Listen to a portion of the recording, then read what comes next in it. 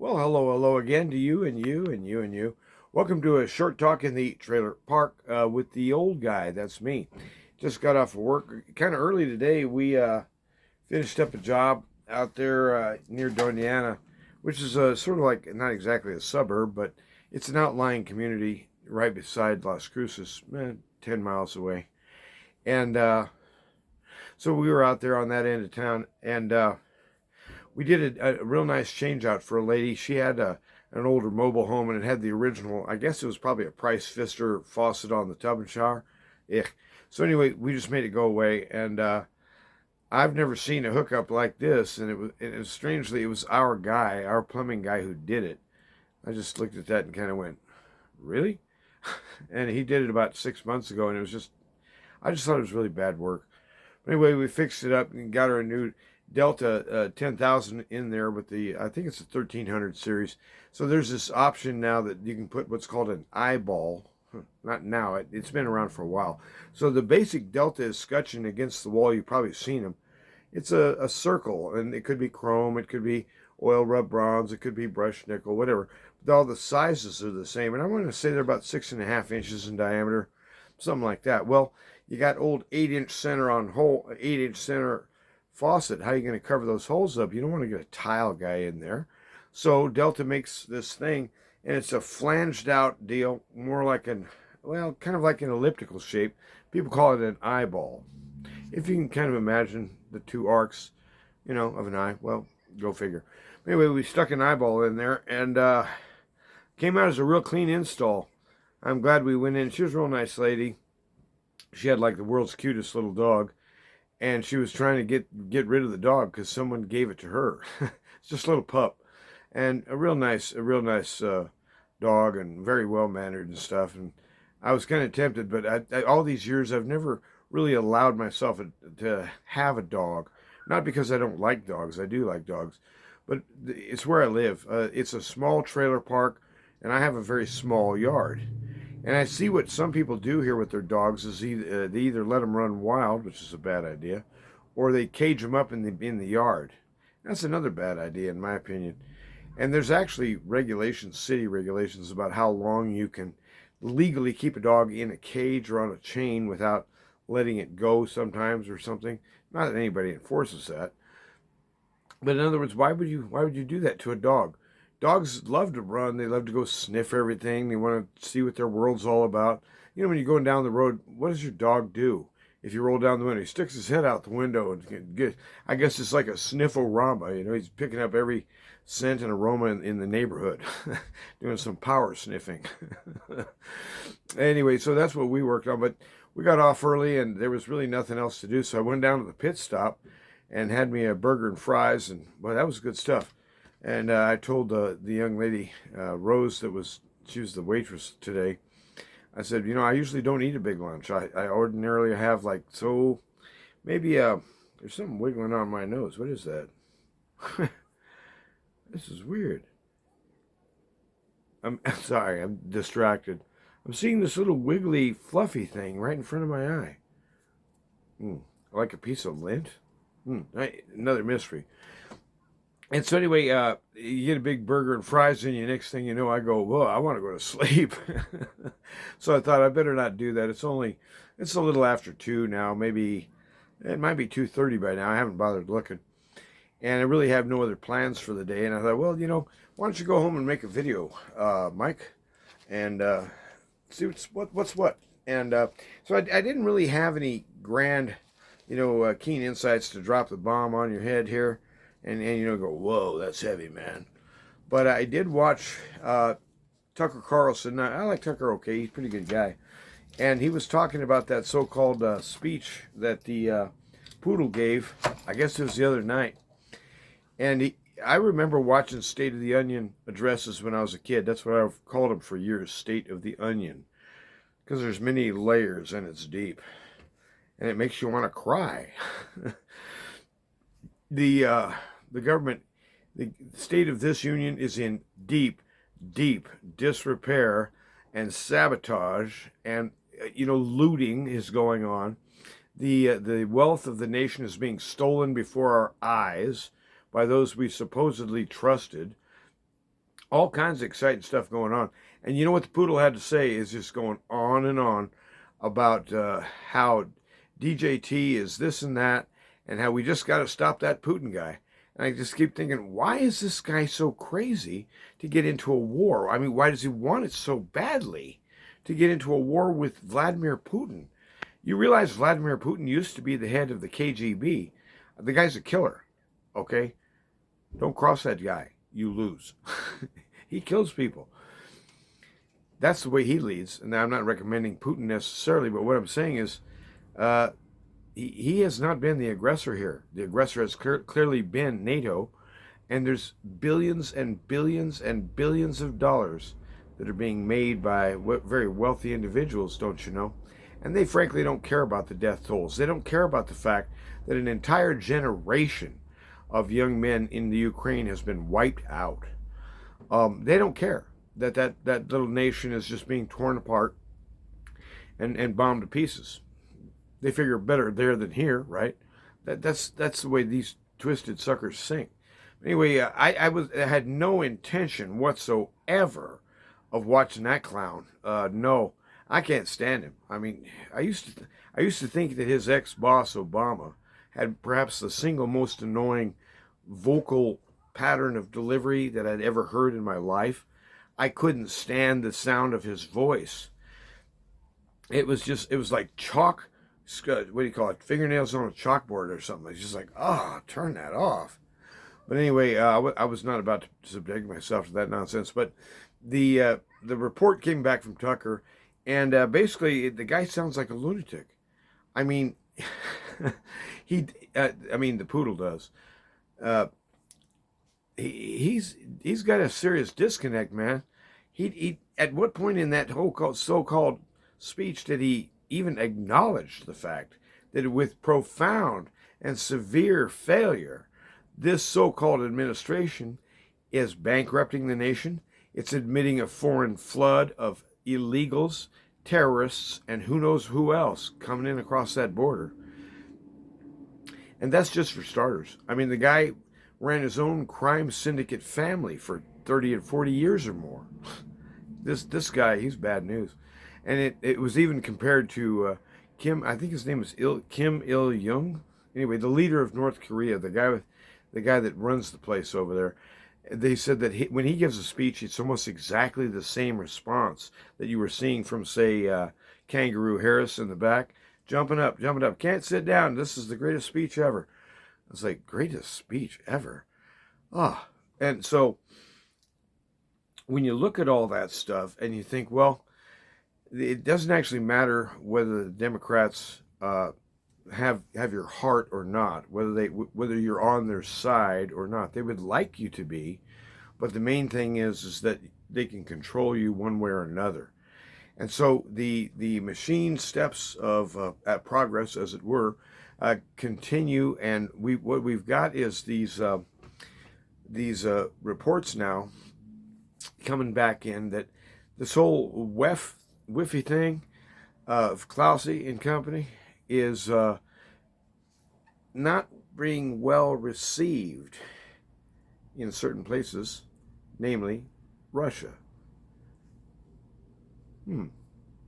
I kept wondering why does the poodle have it so strong in his wicked little corrupted heart to go bomb Vladimir Putin and to destroy Russia? What's that about?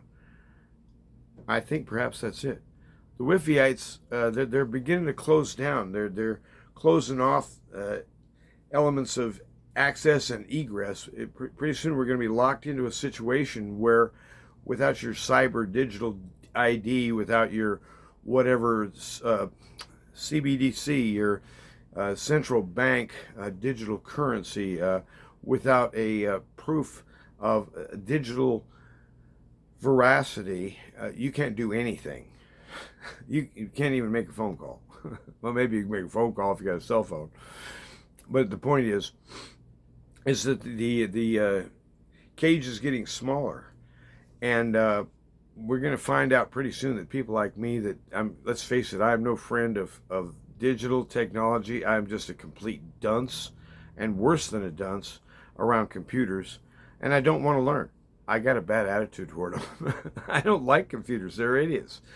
And the people who are following the computer trends that say, for instance, AI and whatnot, how AI fits in with all this worldwide web of deceit and corruption and conniving to establish a one world authority by one means and then another, whatever it takes.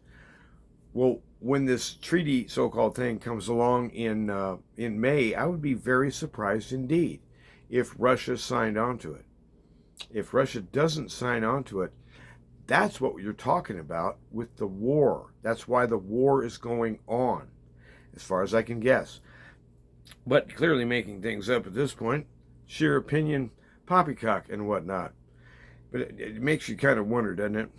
So when you consider about the pressure coming down, you know, it's easy as a Christian, I think, for us to say, well, you know, we need to pray about these things, and you know, that I'd say that's good advice. You know, I mean, who's going to be opposed to that? But frankly, the reality is, we need to be preparing the Christian church. We need to be preparing our brothers and sisters for the reality which is coming. In fact, it's already beginning as we speak. Remember the terrorists? Those are the bad guys, right? The bad head wrapper thing that looks like an Arab with dark glasses. Remember those guys from the 70s? Oh, you're too young for that. Well, then the Bin Laden. Nope, that's back in the 90s. Okay. Take a look at some of the modern guys in Gaza.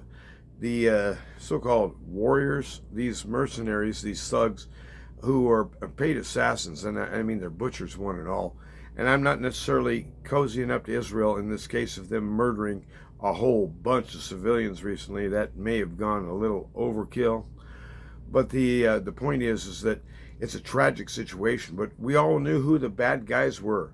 They were the terrorists. Well, what's happening is they're becoming maybe sort of okay, and the new scary guy, the new scary girl, is the man or the woman who says, you know, I confess one Lord and one God.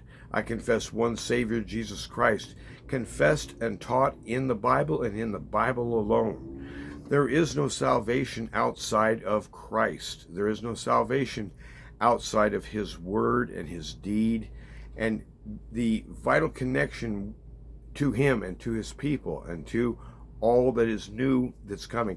He's building a new kingdom, a new world, a new reality, and He's already begun it.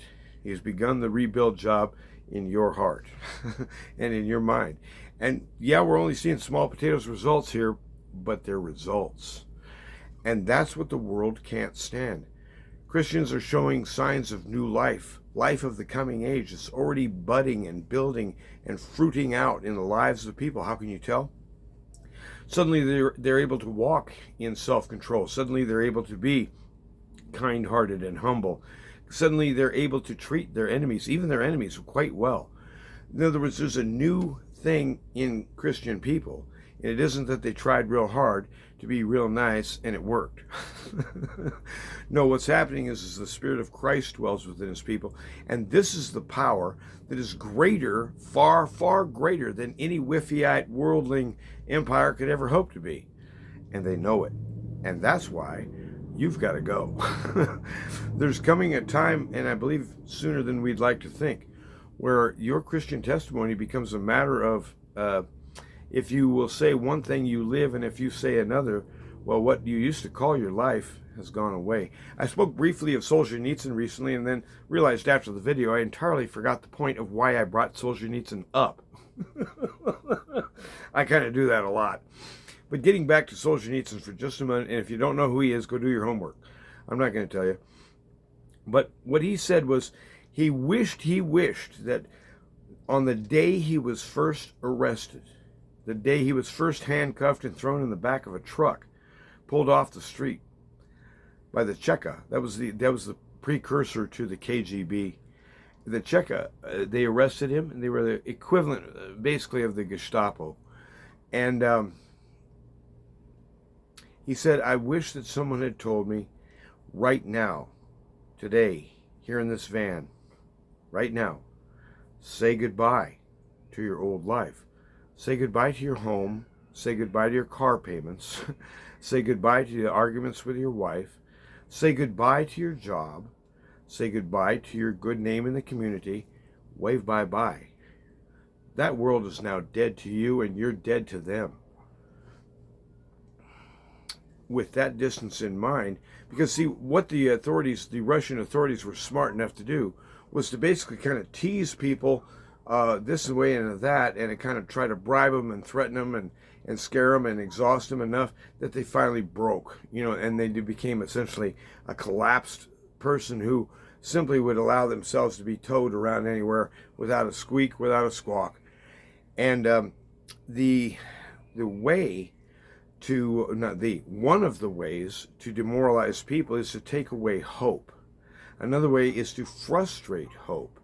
So if you take away hope, now in the Nazi example, gosh, I wish I could remember his name. He wrote an important book about this, about surviving the camps. Perhaps it'll come back to me in a future video. Anyway, he was writing about the German camps of the 40s. And he was talking about how if you don't have hope for what's going to happen after this war, if you're not already building right now, an ambition or a desire to go back to wherever you want to and start doing and pick up life again or whatever you're going to do. If you gave up hope and just quit hoping, people would begin to die very soon thereafter. And so one of the ways that the Nazis were destroying hope was, hey, you, and you. They take them out in the yard, dig a hole here, big hole, like a grave, right? 6 feet long, 3 feet wide, 6 feet deep, or, however big the hole was. They might be working on that thing all day, maybe even into tomorrow, depending on how the dirt was. The Nazi would come out, look it over, fill it up. And that was it. That was their job now, to fill the hole. And they knew that the thing had been entirely pointless. Well, that caused people to lose hope. The other way that you destroy it was more along the lines of the Cheka, and it had to do with the idea of, well, of course, your arrest here has been very inconvenient for you, and I'm sure for your wife as well, and your poor darling daughter. And it would be so good if you could go back to them and rejoin them. And we're willing, more than willing, really, to release you if you'll simply do X, whatever the thing is they want you to do. Well, some people knuckled under and did it, and some of them didn't. But those who did found out later that was a false promise. Nobody's getting out of here alive. But they did get what they wanted out of you on the way down. So you got to start thinking about things like this. These things are happening again, and they will happen with ferocity. There's times coming in the future when your Christian faith and your love of Christ and your acknowledgement of Him becomes the deciding factor, whether you live or whether you're accepted in the community or all kinds of stuff. But when push comes to ugly and you end up in the back of a van somewhere, remember Solzhenitsyn. Begin with this idea. I will not be bribed, and I will not be bought, and I will not give up hope. I refuse to give up hope because my hope lives. His name is Jesus of Nazareth, King of the Jews. That's what the sign on the cross said. And that's one of my favorite signs, by the way. But in other words, they can't have your life. They can't take your life away. The Father Almighty is the one who grants life, and He grants a new life on top of that, life eternal. And that life eternal, for those who believe, it's in our hearts, even now, and it will remain there forever. This is big. Out of that wellspring, we must approach the Whiffyites. We're not going to outsmart them. We're not going to outgun them. We're not going to outrun them. We're not going to run away and hide in the desert or whatever. They'll be coming for us, and we'll be ready. But don't expect a gun battle from my end. Now, I've got ambitions. I do want to live. And it's not that I'm afraid to die. But I'd like to see Jesus Christ come down here and open that god-awful huge can of whoop-ass. And clean this stinking pigsty up. Once and for all. Really. That's what I live for. But there's other things too. It's not the only thing. So I just wanted to kind of put those little bugs in your ear today and, think about things. I'm not going to stop the end of the world by telling you about it. I can warn you that things are coming, and you can warn me. And we can have friendship and camaraderie along the way. But the important part is this. Down deep, each one of us feels lonely. Down deep, every one of us thinks, well, this is fearsome. This is a terrible thing. What do I do? What do I do? And so we want answers. What do I do? Give me strategy. Part of your strategy is this. Bathe yourself in the presence of God. Bathe yourself in His Word. Bathe yourself in the Spirit of God, because that's the only way out to retain sanity amidst this madness. And one final thing before I go, there's a guy, and I wish I'd written the name down. I guess he's an Orthodox guy. He always wears this hood thing, a black hood with a kind of, I guess it's embroidered, sure, something like that, around the edge. And he's a older chap with a big old gray beard. I think his name is Mari Emanuel. I hope I got that right. Go listen to him. I wish one pastor in 100 among the Protestant and Presbyterian ranks had the courage, the straightforward speech, the honesty that this guy has. He's a Christian man, and he's a Christian soldier. Mari Emanuel. He's got a whole slug of videos on this channel. Go look him up. You'll like him. If you have any sense. If you don't have any sense, then you'll think he's a nut. But don't worry about that. Everything's coming out now that the so-called administration really can't win. Not really. In a legal and fair election this November. So that means something is up. The fix is in. One way or another, the fix is in. Our politicians are so cocky and so sure that they're not going to lose power this fall, that they're free to do anything they want, which means the fix is in. Crooked, dirty deals. What was that old AC/DC song? Dirty deals done dirt cheap. You'd think these prostitutes would at least ask for a grand old price instead of nickels and dimes. But never mind. The victory is in the hands of Christ. He has already conquered. And as he conquers hearts and minds, what he does is he leaves in there now a new person who remembers what it was like and knows now what this is like and can only barely begin to anticipate what it will be like. But it's like, if you have just a little tiny taste of ice cream, just a dab on your tongue. That was good. Well, that's not going to tell you a whole lot about a king-size double banana split special fudge sundae whatever with 19 flavors or something. It only gives you a clue. And that's the way Paul says we see through as in a glass darkly. And I think he means a glass. I think he means a mirror. So in other words, it's a cheap mirror and it's busted and it's cracked. But we are seeing things of what shall be out of the Word we're taught, and by the Spirit where He applies that into our lives and changes people from the inside out. So don't you panic. Don't you go run around your hands over your head. It's the end of the world. Even if it is the end of the world, I still want to see it. God Almighty coming down to do what's right. That's music to my ears. God bless you. Have a good day.